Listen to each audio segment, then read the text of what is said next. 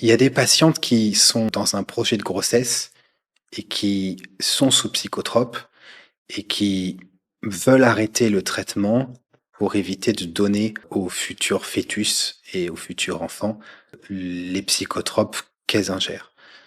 Quand vous êtes sur des femmes qui ont pas vraiment de problématiques psychiatriques, qui prennent, je sais pas moi, un antidépresseur à petite dose, etc. Bon, je veux dire, en moyenne, ça peut s'arrêter sans trop de difficultés, hein, ça y a pas de doute.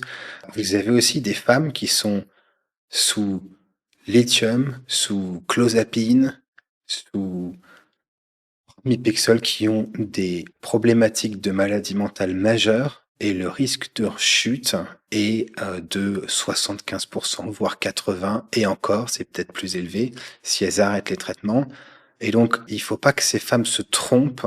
Si jamais elles arrêtent et que ça se passe pas bien, le fœtus aura les effets de la maladie mentale décompensée, mais aussi les effets des traitements qui devront peut-être repris à des doses plus élevées.